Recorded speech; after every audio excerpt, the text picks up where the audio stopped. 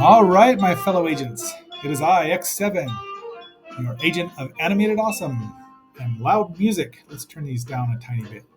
Turn the pot down. All right.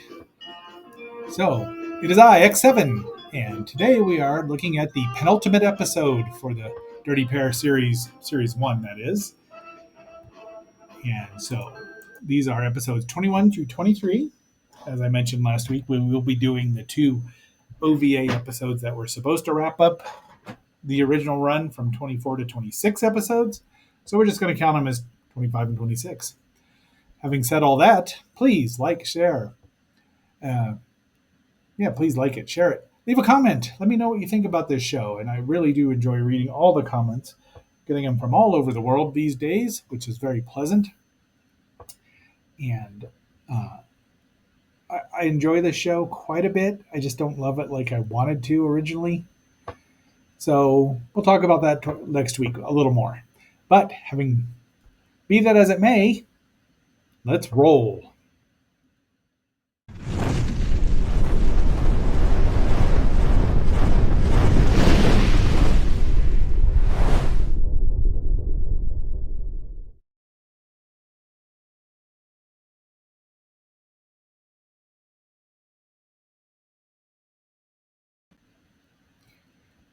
All right, we start with a lovely ship landing, a lovely shot of a ship landing, or coming out of warp, coming out of ludicrous speed. And that is the SW-807. It's headed for Planet Duke, which has a very similar space station to many other space stations, apparently, in the Dirty Pair universe. So off they go, and they land. But what's this? This is the title of the episode. It tells you what's about to happen. The girls, the Dirty Pair, or the lovely angels, pardon me, the angels are ready to go on vacation. This says Ocean Rib Hotel. They call it Rive or Rive. So somewhere a transliteration error has occurred. I didn't pay enough attention to what they were saying. I just thought it was very funny. Then Yuri says her horoscope says no one would disturb it right as they hit book, and then the chief calls. Off they go. They have to. So their luck holds. They have to look for these 436 people that have disappeared. Right? This is episode 21, which aired December 9th, 1985. It is a two-part episode. And the titles were 463, so I think that was a typo with the subtitle. These things happen. So now they meet the accident investigator here, Eddie Ross. So look, it's a parsec. It's 398 parsecs. But it's less than 12 though. They could do the Kessel Run in that, couldn't they? And there's Eddie, and they're just going to work away. I don't know what happened here, what the subtitlers were doing.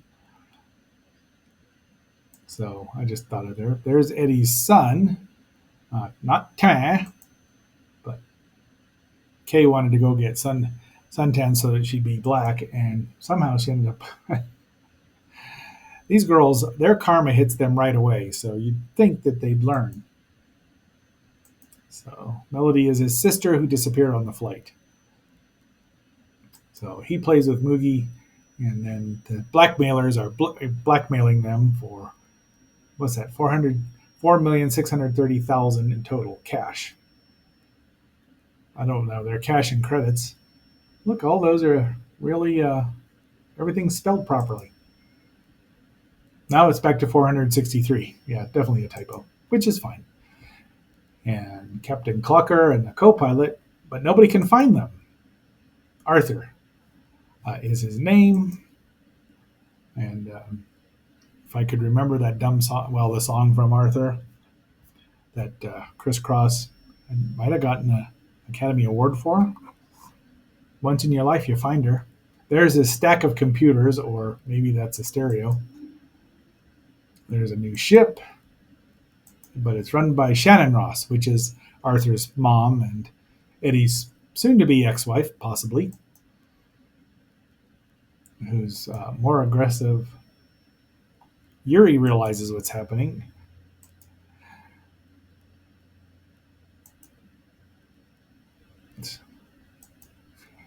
So yeah, Arthur knows, but he won't tell him. Now they want 46,300,000 credits, 10 times.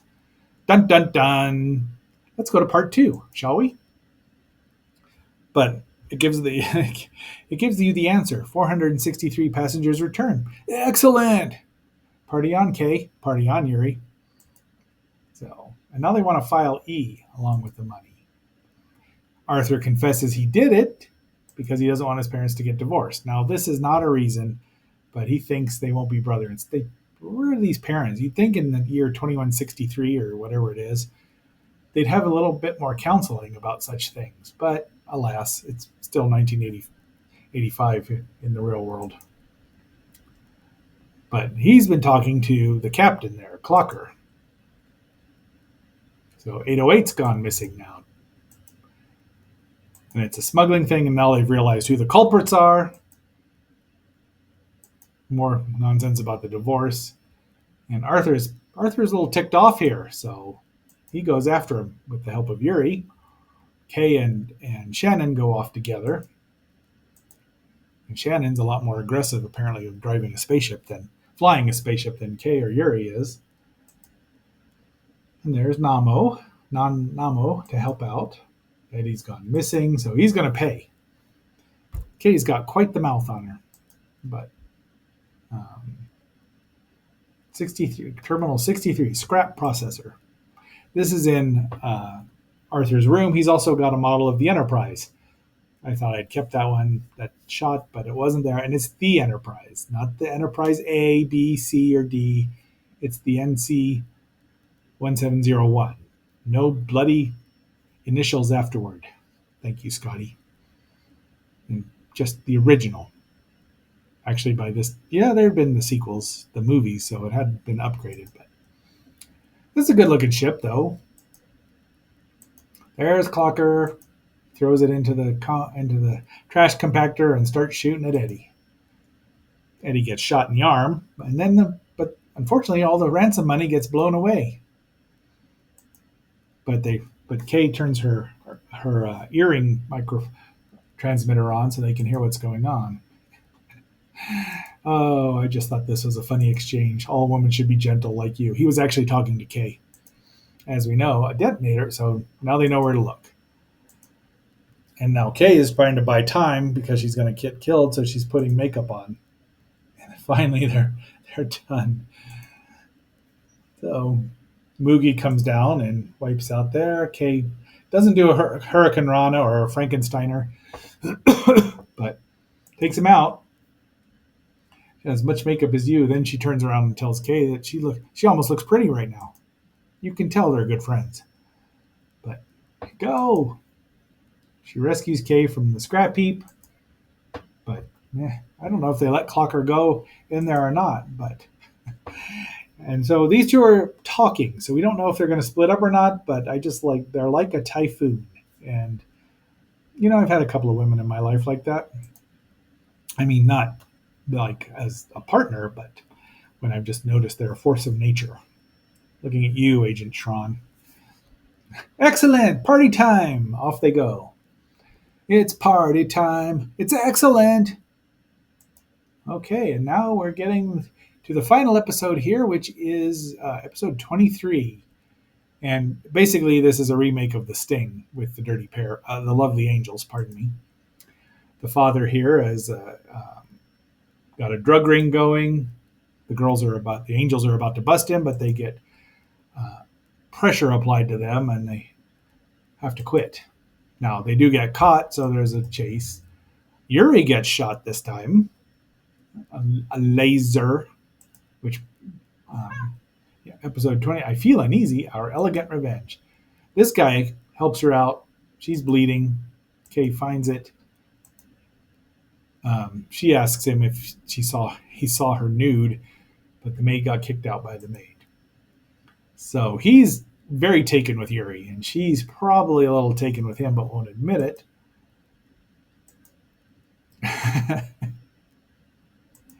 Off they go. Yeah, so somehow this father of some religion has got some pull here. Kay's alive, or Yuri's alive. Kay's relieved, but now they're going to help Daniel. What's this bonehead's name?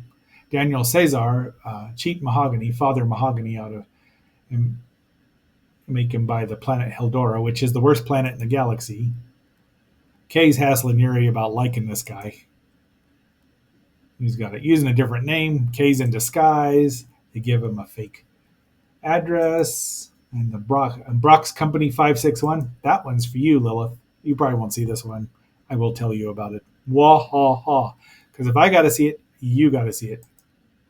But you see, you might as well be touching his nose like they do. You could just hear that Sting theme song playing here. Do do do. Nope, that's not it anymore. I used to know it off the top of my head. So really, it's so everything's going on. This is Brooks Company. It was Brock's Company, and they say Brock.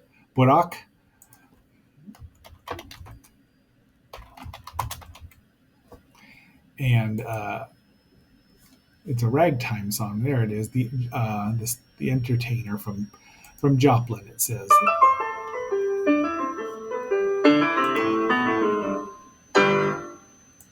So I'm not going to play too much of it because that's probably, well, it was 100 years ago in the 70s. I haven't seen it in ages. 1973, 52 years ago. Kay's, yeah, she should be sweating, but she's probably not. She's probably perspiring, but still not smelling very well. Now, this guy is just greedy, and you can read into that whatever you want to.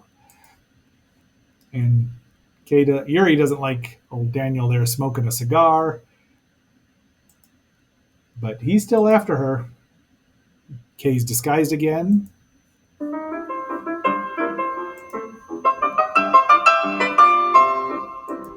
don't think this is the original version of it, but it was a popular song back then when your humble agent was but 8 years old. We liked hearing it. Ragtime, some almost 80 years after it was popular. Now, I guess these are actual gold bullion. That's the only time we see Moogie who gets his tail stuck in the door there. But now Kay's pretending to be another bidder, 25. He goes up to 30, using the referee count for number 3, or sign language, if you will, American Sign Language. And they're all there. See, Kay, nice continuity. Where Yuri got shot. Kay just disappears and says she knows what. But Yuri's smarter than Kay on occasion. I just like having the theme song. Just bits and pieces. It's very catchy. And she's smart. And here is another scrapyard. And of course, guess who sold them out?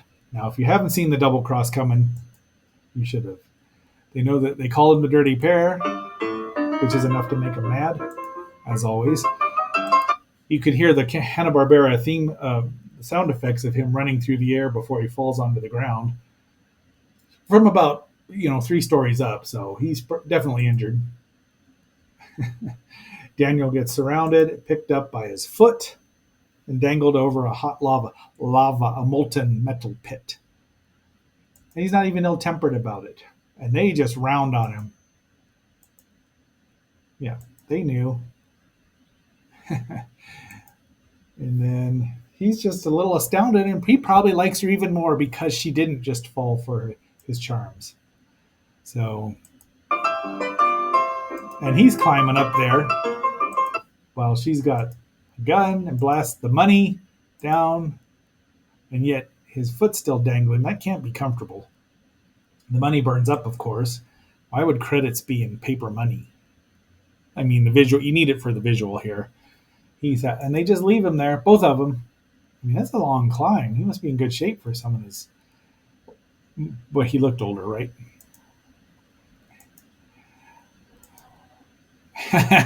So, a womanly man. Does that mean Kay's a manly woman? We'll never know now, will we? Anyway, that is our 3 episodes. They go by in a hurry, don't they? I will put the trailer for tomorrow's episode up on here, but we only have one more week with the lovely angels, and I'm going to miss them. I mean, like I said, I haven't really loved the show as much as I would have liked, but it's all right. It's good. I don't know that I'd buy it. Fortunately, you can find these on the Internet Archive with the whole run of everything they've made for them, even the atrocious, lovely, or dirty pair Flash OVAs, which I didn't care for, as you can tell. So, having said all that, my fellow agents, until our next assignment, this is X7 signing off and phasing out.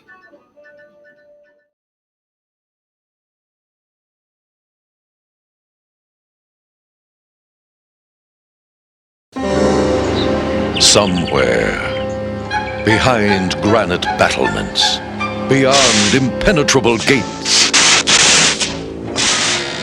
indoors, something evil is brewing, and it isn't Elsinore beer. Here, an unsuspecting heiress has become the innocent pawn of a diabolical genius. At his command, space-age super lasers that can incinerate an entire metropolis.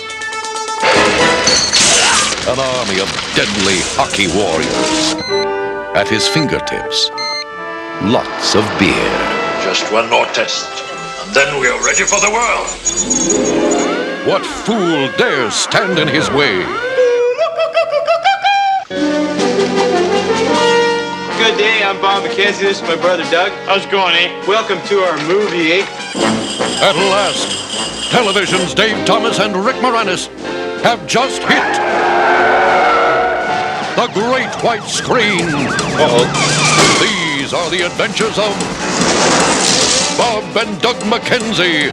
Strange Brew. That's private company business. Perhaps one of these would refresh your memory, eh? The gallant champions of truth. He's lying, all right. I don't need no machine to tell me that, eh? I didn't do it, I swear. It must be them. Justice. I think it's time the little lady and I had a chat. And the pursuit of bad guys.